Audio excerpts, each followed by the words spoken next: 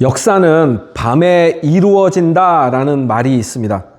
역사의 결정적 순간들, 특히 혼란과 무질서가 가득했던 중세 유럽 시대 속에서 중요한 결정들이 깊은 밤, 은밀한 자리에서 비밀스럽게 이루어졌기에 이러한 말이 나오게 되었습니다. 철학자 헤겔은 세계의 밤이라는 주제의 강의에서 인류의 역사를 낮과 밤의 그 순환으로 정의를 하였는데, 낮은 시작일 뿐 밤이 완성이고 밤은 또 다른 시작을 위한 무의식의 시간으로 보았습니다. 인간 중심의 세계에서 인간의 역사란 감추고 숨기려는 우리의 죄된 본성에 의해서 마땅히 쉬어야 할 그 밤에 오히려 더 은밀하게 이루어져 갔다는 거예요. 오늘 본문도 그 쉬어야 할 그 밤에 한 사람이 예수님을 찾아오는 이야기로 시작을 합니다. 밤에 찾아온 그 사람은 바리새인이며 존경받는 종교 지도자인 니고데모입니다. 니고데모가 왜 밤에 예수님을 찾아왔는지 그 이유는 분명하지 않아요. 누군가는 당시 랍비들이 밤늦도록 율법을 연구하고 또 토론을 하던 그 관습이 있었기 때문에 예수님과 토론을 하기 위해 그 밤에 찾아왔다고 주장을 합니다. 또 다른 이들은 니고데모의 그 신분상 다른 사람들의 그 시선을 피해서 어둠 속에서 은밀하게 예수님을 만나기 위해 그 밤에 찾아왔다고 주장을 하기도 합니다. 그러나 가장 중요한 단서는 사도 요한이 이 밤이라는 단어를 어떻게 사용을 했는지, 그 사용 방식을 살펴보면 밤이라는 단어가 가지고 있는 그 중요한 의미를 우리가 알 수 있다는 거예요. 사도 요한은 밤을 단순한 그 시간이 아니라 영적인 어둠의 상태를 가리킬 때 사용하는 그 표현으로 사용을 했습니다. 니고데모는 밤에 예수님을 찾아왔는데 그의 영적인 상태는 깊은 어둠 가운데 있었다는 것입니다. 우리는 니고데모가 왜 밤에 찾아왔을까? 이것을 궁금해하기보다는 그가 밤에 예수님을 찾아올 수밖에 없었던 그의 영적인 상태를 아는 것이 더 중요하다는 것입니다. 여러분들은 그 니고데모와 예수님의 만남의 이야기를 너무나 잘 알고 있고 수없이 들었던 이야기입니다. 그리고 대부분은 니고데모가 구원 혹은 하나님의 나라에 대해서 풀리지 않는 그 의문이 있어서 예수님을 찾아왔다고 생각을 합니다. 그런데 그렇지가 않다는 거예요. 첫 시작부터 우리가 잘못된 전제를 가지고 그 말씀을 읽거나 말씀이 말하고자 하는 것을 들으면 우리는 그 본질적인 의도를 놓칠 수밖에 없습니다. 니고데모는 구원이나 하나님 나라에 관심이 있었던 것이 아니라 다른 사내들인 지도자들처럼 예수님의 정체가 궁금했습니다. 니고데모도 예수님의 그 표적을 보았어요. 수많은 유대인들이 6월절에 예수님의 그 표적을 보고 예수님을 구주가 아닌 자신들의 그 필요를 채워줄 분으로 믿었지만 니고데모는 조금 다릅니다. 그는 예수님의 표적을 보고 예수님을 하나님의 능력을 받은 특별한 랍비, 선생님으로 알았습니다. 2절입니다. 그가 밤에 예수께 와서 이르되 랍비여, 우리가 당신은 하나님께로부터 오신 선생인 줄 아나이다. 하나님이 함께 하시지 아니하면 당신이 행하시는 이 표적을 아무도 할 수 없음이니이다. 사랑하는 여러분, 왜 니고데모의 이 고백이 문제가 될까요? 니고데모는 표적을 보고 예수님에 대해서 지금 공개적으로 호기심을 드러내고 또 공손한 태도를 보이고 있지만 예수님을 선지자 혹은 메시아라 부르지 않습니다. 본문에서 니고데모는 예수님에게 아직 아무런 질문도 하지 않았어요. 하지만 여기 니고데모의 말 속에 암시된 질문이 담겨 있다는 것입니다. 나는 예수님 당신을 나와 같은 랍비, 선생님이라 부르지만 당신이 행하시는 표적을 보니까 나보다 더 능력이 많은 것 같은데 혹시 당신은 선지자입니까? 아니면 메시아입니까? 이렇게 질문을 하고 있는 거예요. 여기에는 니고데모가 가지고 있는 중요한 전제가 하나 있습니다. 바로 니고데모의 이것이 문제라는 거예요. 그리고 우리들도 가지고 있지만 인식하지 못하는 문제이기도 합니다. 니고데모 자신에게는 지금 대화의 상대인 예수님이 누구인지를 판단할 수 있는 그 자격도 있고 그 판단 기준도 스스로가 설정할 수 있다고 믿고 있다는 것입니다. 니고데모 스스로 지금 예수님을 평가하는 자리에 서 있다는 거예요. 사랑하는 여러분, 우리 모두는 니고데모와 같지 않나요? 얼마나 많은 상황 가운데 예수님을 평가하고 판단합니까? 예수님을 구주로 믿는다 말하면서 삶에서 일어나는 모든 상황 가운데 주님, 저의 상황이 안 보이시나요? 도대체 저에게 왜 이러십니까? 주님이 그리스도 하나님의 아들이라면 나의 필요를 채워주십시오. 나의 필요를 채워준다면 나는 주님을 전적으로 따르고 순종하겠습니다. 예수님을 판단하고 평가하며 원망과 필요를 채워줄 그 요구들을 마구 쏟아내지는 않느냐는 거예요. 우리가 계속해서 나누고 있는 것처럼 주님만을 온전히 바라보는 것이 아니라 표정만을 바라보며 살아가고 있지는 않냐는 것입니다. 니고데모의 이 판단이 담긴 고백에 예수님은 동문서답, 질문과는 전혀 상관없는 그 대답을 하시는 것 같습니다. 3절입니다. 예수께서 대답하여 이르시되 진실로 진실로 내게 이르노니 사람이 거듭나지 아니하면 하나님의 나라를 볼 수 없느니라.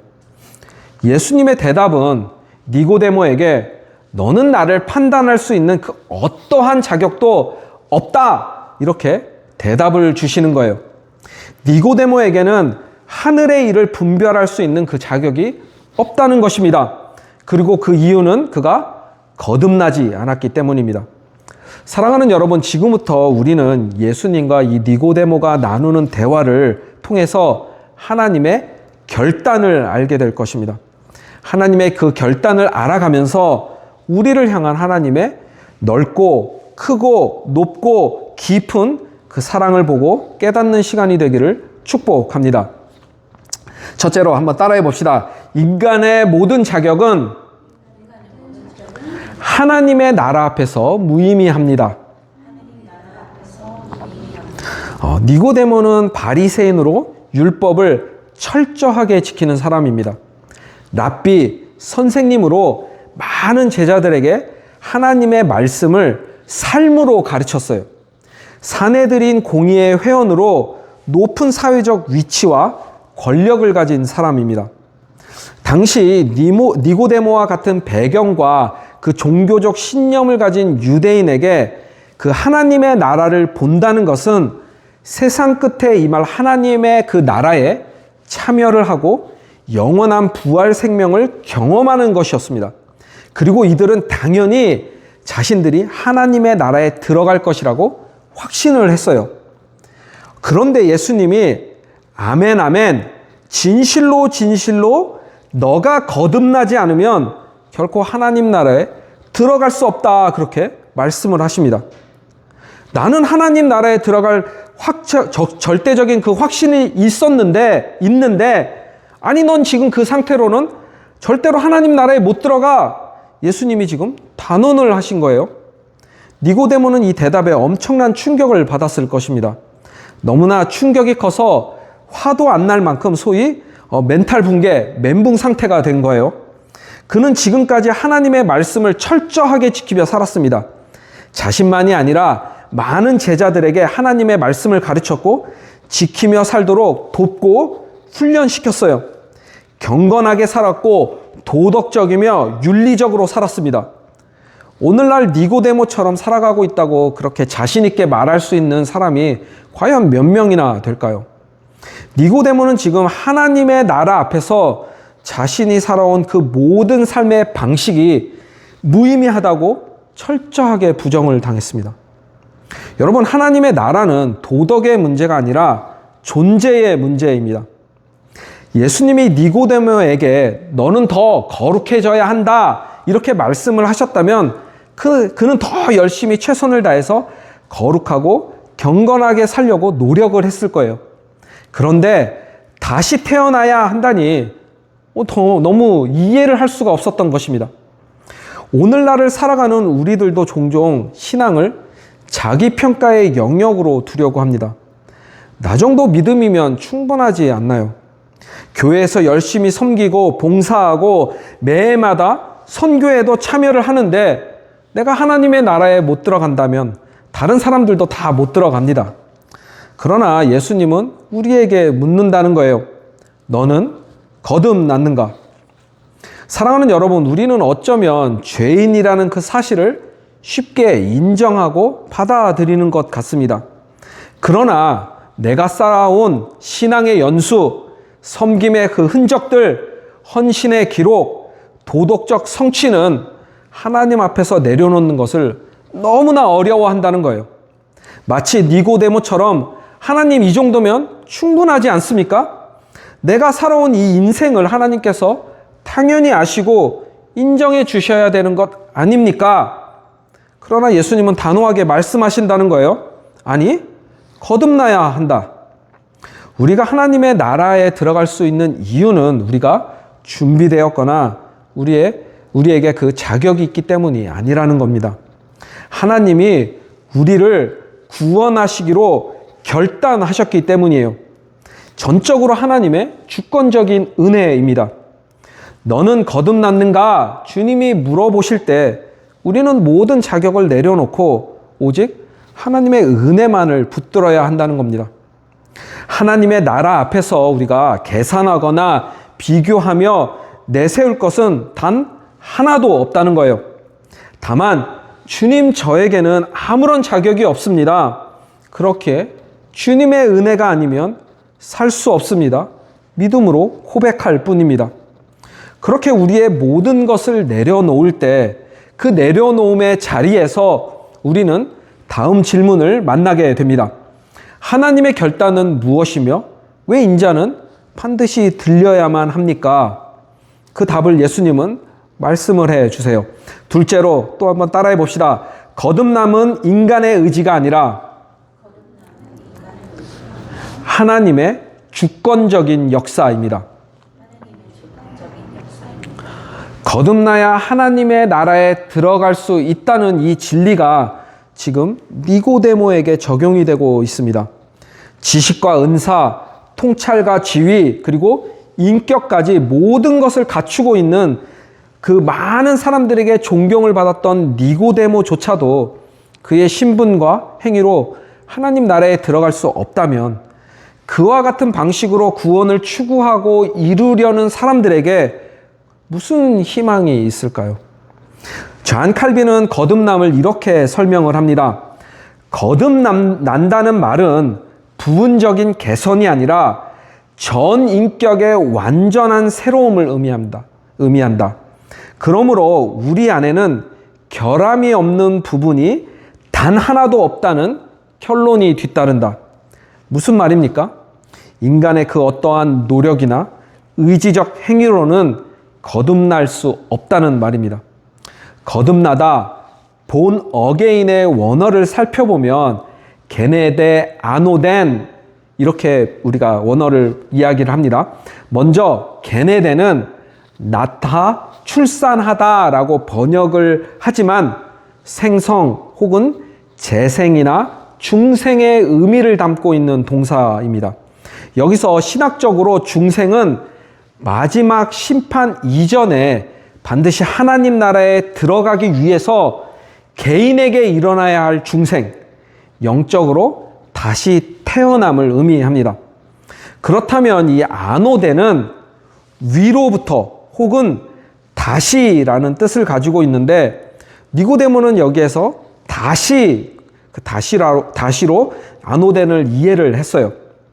거듭난다는 예수님의 말을 다시 태어난다 이렇게 이해를 한 거예요.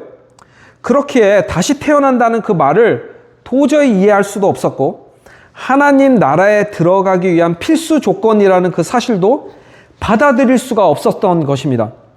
그러나 예수님은 거듭남이 위로부터 오는 성령의 역사라는 사실을 지금 분명하게 합니다. 거듭남은 인간의 노력이나 의지로 이루어지는 단순한 그 성품의 변화가 아니라 위로부터 임하는 하나님의 창조적인 역사라는 거예요. 니고데모의 그 이해를 돕기 위해서 하나님은 위로부터 다시 태어나다라는 말을 물과 성령으로 태어나다 이 말로 바꾸어서 다시 설명을 해줍니다. 5절입니다. 예수께서 대답하시되 진실로 진실로 내게 이르노니 사람이 물과 성령으로 나지 아니하면 하나님의 나라에 들어갈 수 없느니라. 예수님은 니고데모가 율법 학자였기 때문에 그 구약의 배경 속에서 거듭남을 니고데모가 이해할 수 있도록 지금 돕고 있는 거예요. 우리가 한번 그 부분의 배경을 살펴보려고 합니다. 에스겔서 36장 25절에서 27절을 보면 하나님은, 주어가 하나님이에요. 하나님은 자신의 백성들에게 맑은 물을 뿌려서 더러움을 깨끗하게 씻어주시고 정결하게 바꾸어 주십니다. 또한 새로운 영, 성령을 백성들 속에 넣어주셔서 그들의 마음을 새롭게 변화를 시켜주세요. 그리고 이어지는 에스겔서 37장에서 하나님은 불어넣어 주시는 그 생기로 마른 뼈들이 살아나서 하나님의 백성이 되는 그 환상을 통해서 위로부터 다시 태어나는 그 새로운 창조를 설명해 준다는 거예요. 여기서 보여주는 그림은 너무나 분명합니다. 그 어디에도 지금 인간이 할 수 있는 것은 아무것도 없다는 거예요. 주어가 하나님입니다. 하나님이 마른 뼈들을 스스로 움직이고 마른 뼈들이 움직이고 연결되게 만들어 주셨다는 거예요. 인간이 한 것이 아닙니다.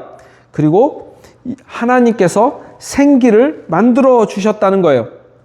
하나님의 말씀이 임하고 하나님의 영이 불었을 때 그 죽었던 마른 뼈들이 살아납니다. 사랑하는 여러분, 이것이 예수님이 말씀하시는 거듭남이라는 거예요. 거듭남은 내가 노력하거나 훈련한다고 도달할 수 있는 경지도 아니고 내 의지로 이룰 수 있는 변화도 아니라는 것입니다. 오직 하나님이 하시는 주권적인 역사입니다. 예수님은 그 성령의 역사를 지금 이제 또 바람에 비유해서 이해하기 쉽도록 우리에게 도와줍니다. 바람은 우리가 통제할 수 없어요. 방향도, 바람의 세기도, 바람이 불어오는 그 시점도 인간의 손에 있지 않습니다. 하지만 바람이 불면 우리는 그 바람의 소리를 듣고 흔들리는 풀과 나무를 바라보고 또 폭풍을 마주하게 될 때면 두려워하게 됩니다. 바람이 불면 우리는 그 흔적을 분명하게 볼 수 있고 알 수 있다는 거예요. 예수님은 지금 성령의 역사도 이와 같다고 말씀을 하세요. 우리는 성령님을 온전하게 이해할 수도 없고 통제할 수도 없습니다. 그렇다고 성령님의 역사를 목격하거나 경험할 수 없는 것이 아니에요. 성령님이 역사하시는 곳에서는 바람이 불었던 그 흔적이 남는 것처럼 부인할 수 없는 분명한 역사의 결과가 나타납니다. 그렇게 예수님은 놀라거나 이상하게 생각하지 말라고 지금 말씀을 하시는 겁니다. 거듭남은 인간의 이해를 넘어서서 위로부터 오는 하나님의 영역, 하나님의 역사이기 때문입니다. 사랑하는 여러분, 여기서 우리는 하나님의 넓고 크고 높고 깊은 사랑과 은혜를 발견할 수 있어야 합니다. 왜냐하면 구원의 출발점이 나의 인간적인 한계가 아니라 하나님의 능력이기 때문이에요. 거듭남이 인간의 의지, 인간의 노력에 달려 있다면 그 누구도 다시 태어날 수 없습니다. 하지만 거듭남이 하나님의 주권적 역사이기에 우리의 구원은 전적으로 하나님의 그 신실하심 위에 놓여 있게 된다는 겁니다. 지금부터 우리는 하나님의 결단을 다루려고 해요. 그 이유는 거룩하시고 주권적인 하나님의 그 구원의 역사가 어떻게 그리고 어떠한 대가로 우리에게 주어졌는지를 그것을 알아야 하기 때문입니다. 예수님은 거듭남의 근원인 하나님의 주권적 은혜를 넘어서 우리를 거듭남의 대가인 인자는 반드시 들려야만 하는 그 이유에 대해 설명을 해 주십니다. 셋째로 따라해 봅시다. 하나님의 결단. 인자는 반드시 들려야 합니다. 니고데모는 마지막 질문을 던집니다. 9절입니다. 니고데모가 대답하여 이르되 어찌 그러한 일이 있을 수 있나이까? 여기서 니고데모의 질문은 더 이상 학문적인 질문이 아닙니다. 노골적인 불신에서 나오는 질문이에요. 예수님의 설명을 니고데모는 이해하지 못했을 뿐만이 아니라 이제 믿지 않습니다. 그에게 있어 이해하지 못하는 것보다 예수님을 믿지 않는다는 것이 더 심각한 문제였어요.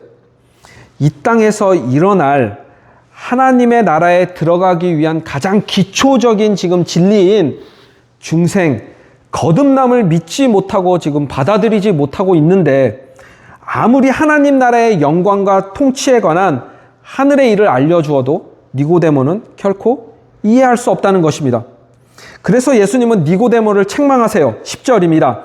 예수께서 그에게 대답하여 이르시되 너는 이스라엘의 선생으로서 이러한 것들을 알지 못하느냐?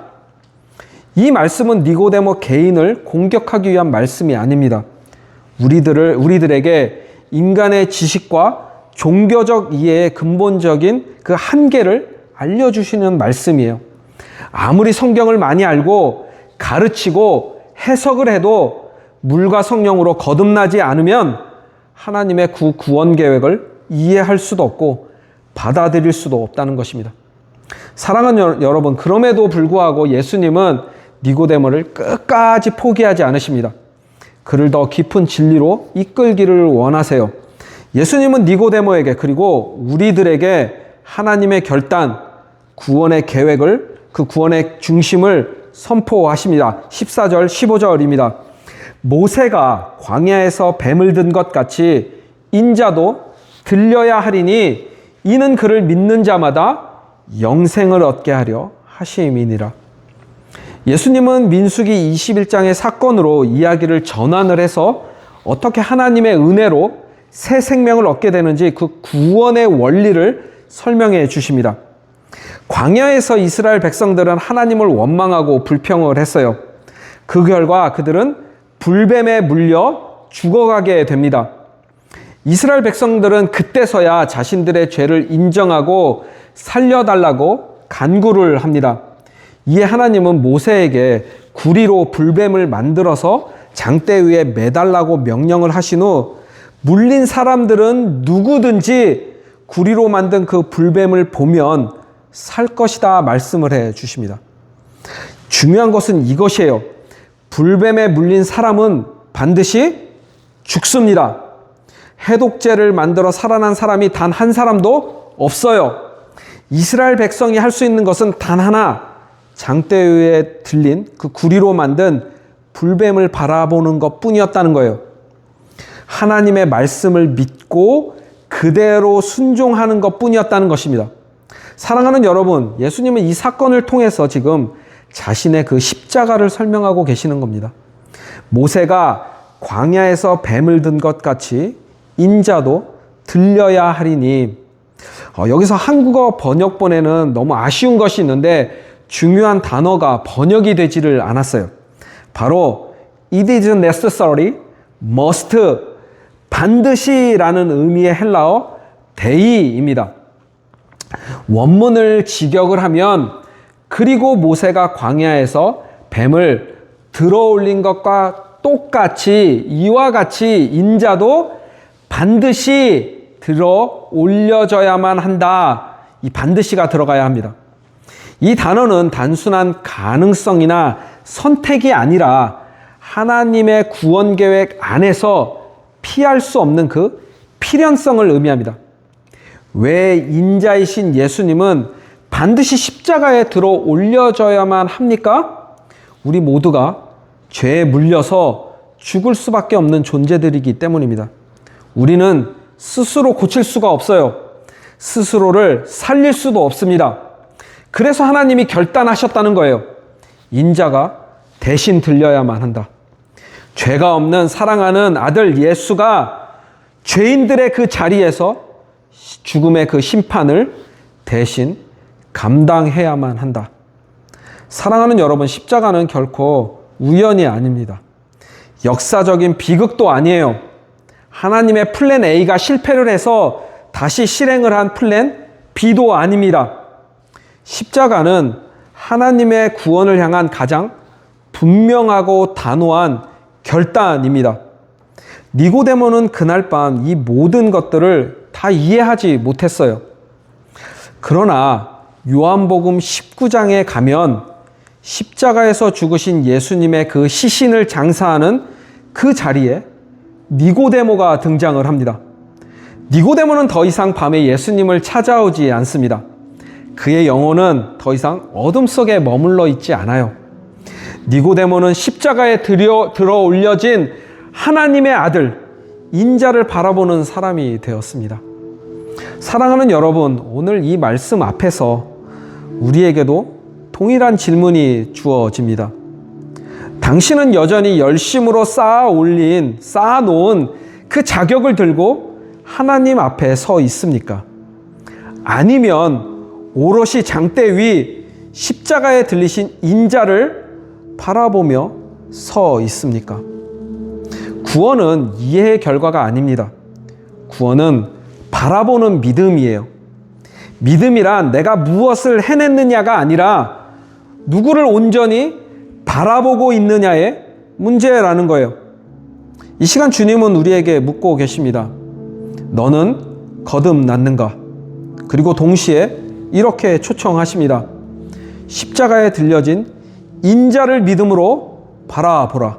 그러면 영원히 살리라. 하나님은 우리를 너무나 사랑하셔서 먼저 결단하셨습니다. 우리를 구원하시기 위해 아들 예수 그리스도를 십자가에 들어 올리셨어요. 이제 우리가 결단해야 합니다. 우리의 모든 자격을 내려놓고 공로도 내려놓고 오직 십자가에 들리신 인자 예수 그리스도만을 바라보겠습니다. 믿음으로 고백을 하고 결단을 해야 합니다.